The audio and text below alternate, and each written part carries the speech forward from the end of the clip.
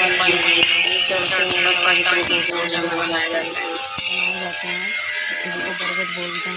बरगद के फल वही मैं बना रही हूँ। ये देखिए बन चुके हैं। थोड़ा इसको बनाने के बाद में थोड़ा रख लेंगे अच्छे से थाली में सजा के, फिर खुद पूरा श्रृंगार करेंगे। और श्रृंगार करने के बाद जो थाली लेके पूरा मंदिर के साथ बरगद के पेड़ में पूजा होती है। जो कि देखिए हम बरगद के नीचे आ चुकी हूँ और मेरी पूजा स्टार्ट हो गई। पूजा कर रही हूँ। एक साल हो जाता है पूरा, तो उसमें याद भी नहीं रहता है कौन सी क्या चीज़ें चढ़ती हैं। तो चीज़ें तो मैं पूछ के व्यवस्थित कर रही हूँ पूजा। रात वीडियो में देख कर रही हूँ।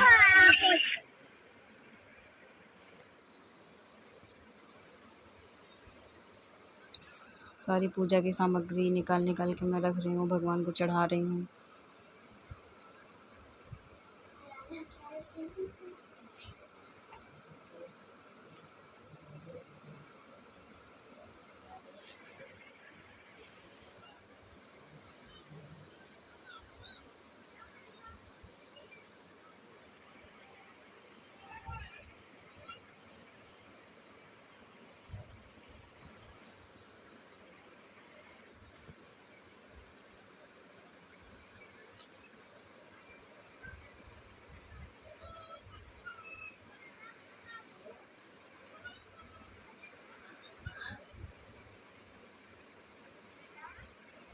देख सकते हैं फ्रेंड आप लोग, ये देखिए कैसे पूजा की जाती है और पूजा में क्या क्या चढ़ाया जाता है।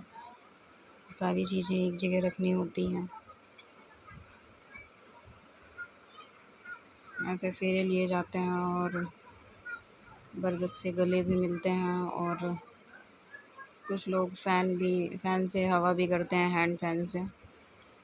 बट मैं सिंपल सी पूजा करती हूँ जो सभी लोग करते हैं।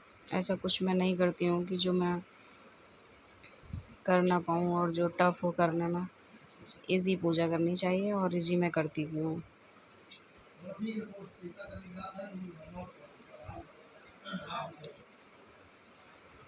पूजा तो मैं कई साल से कर रही हूँ, जिस साल से शादी हुई है। लेकिन फ़ौजी साहब शायद वट सावित्री पूजा में 2 ही साल मेरे साथ रहे और इस साल हो के भी साथ नहीं हैं, क्योंकि वो अपने घर जा चुके हैं और मैं मायके में हूँ। तो 3 साल से तो मैं मायके में ही वट सावित्री पूजा करती हूँ, क्योंकि बरगद का पेड़ मिलता नहीं है तो फिर बहुत प्रॉब्लम होती है। और फिर बिना पेड़ की पूजा करो तो मन में कोई तसल्ली भी नहीं होती है।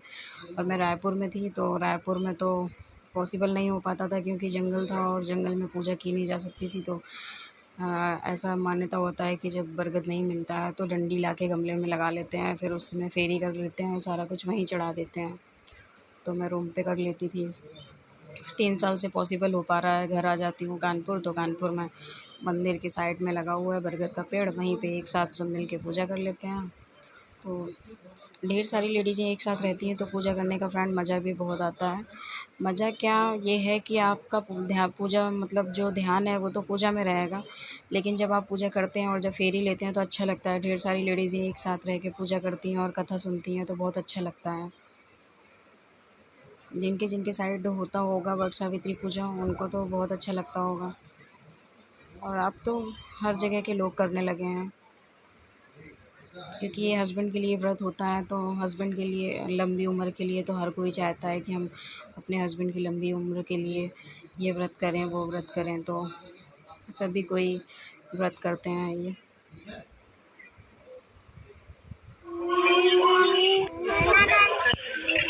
देखिए भाभी धागा बांध रही है, हमारी पड़ोस की भाभी है, तो वो धागा बांध रही है क्योंकि उनके पास धागा कम था। तो वो बोली कि धागे से फेरी लूँगी तो फिर धागे से फेरी लेने में दिक्कत होगी, कहीं ऐसा ना हो कि अधूरे में धागा छूट कम पड़ जाए, टूट जाए। और क्योंकि बरगद बहुत मोटा है तो मैं तो 2 धागे लेकर गई थी। कच्चे धागे से फेरी लगाई जाती है, तो मैंने धागे को लपेट दिया। लपेटने के बाद अब देखिए फेरी लगाऊँगी।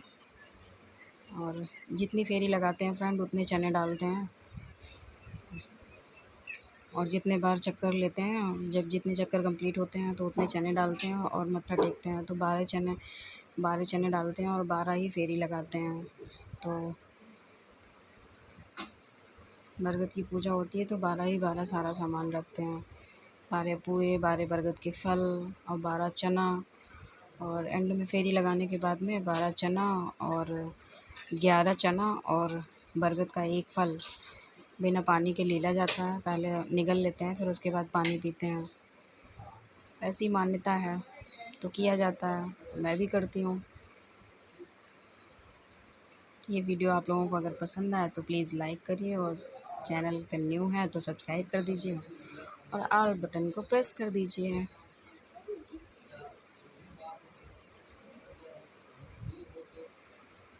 मेरा व्लॉग कैसा लगा आप लोग प्लीज़ कमेंट बॉक्स में ज़रूर बताइएगा।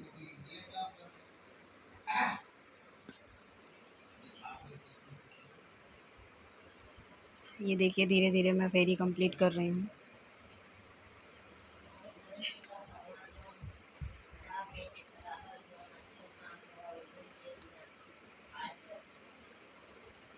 Okay, thank you friend.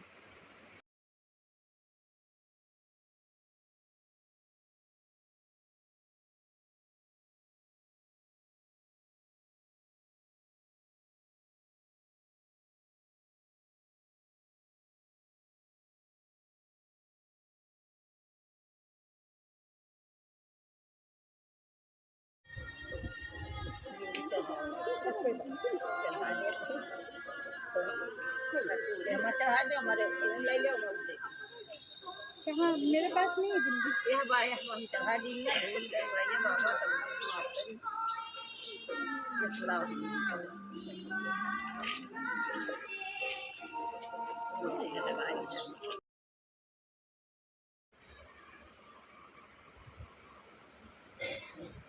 फेरी होने के बाद में पूजा संपन्न हो गई है, तो भाभी पोंछ भर रही हैं हमारी। पहले उन्होंने हमारी पोंछ भरी, फिर उसके बाद में मैंने उनकी पोंछ भरी, और पोंछ भरने के बाद में हम लोगों ने सुहाग लिया। सुहाग लेने के बाद जो बरगद का फल और चने निगले जाते हैं, फिर मैंने उसको निगला, और ये देखिए मैं पानी पी रही हूँ। तो पानी पीने के बाद फाइनली व्रत संपन्न हो जाता है। फिर उसके बाद घर जाके डेयरी पूजन होता है। डेयरी पूजन के बाद हम लोग खाना खा लेते हैं। भाई मैं तो पूरे दिन का नहीं रह पाती हूँ फास्ट, क्योंकि मेरा मेडिसिन चलता है तो मुझे दवा लेनी रहती है। और कुछ लोग व्रत को शाम तक करते हैं, और मेरी सासू माँ नहीं थी तो आशीर्वाद भी लेना ज़रूरी था। तो मेरे मम्मी पापा हमसे पैर नहीं छुआते हैं, ना ही भैया भाभी छुआते हैं मेरे साइड। मतलब मम्मी पापा भाई भाभी सब बहनों के पैर छूते हैं। तो मेरी छोटी बहनों के, मेरे साइड छोटी बहनों के पैर छुए जाते हैं कानपुर में। तो मैंने अपनी बहन का पैर छू के आशीर्वाद लिया। सबका पैर छू के आशीर्वाद। बहुत दिन बाद मेरा पैर छू रही हो। होली दिवाली छूने चाहिए यार पैर। के आशीर्वाद लिया। सारी बहनों ने भागवती का आशीर्वाद दिया, और सबसे अच्छा आशीर्वाद यही होता है। मैं भाभी को सिंदूर लगा रही हूँ। इनका पति बहुत प्यार करता है। आप लोग नहीं करता, आज ही दुनिया गाते सब कहते हैं अगर कोई है तो नाक पे सिंदूर गिर जाता है तो बोलते हैं पति बहुत प्यार करता है। पता नहीं करते हैं या नहीं करते हैं। फिर मैं घर आ गई। घर की डेयरी पूजा की वीडियो नहीं बनाई सिस्टम में, तो फिर मैंने अपनी मम्मी को सुहाग देते हैं ना, तो फिर मैंने मम्मी को सिंदूर लगाया। सिंदूर लगाने के बाद हम और मम्मी गले मिले। फिर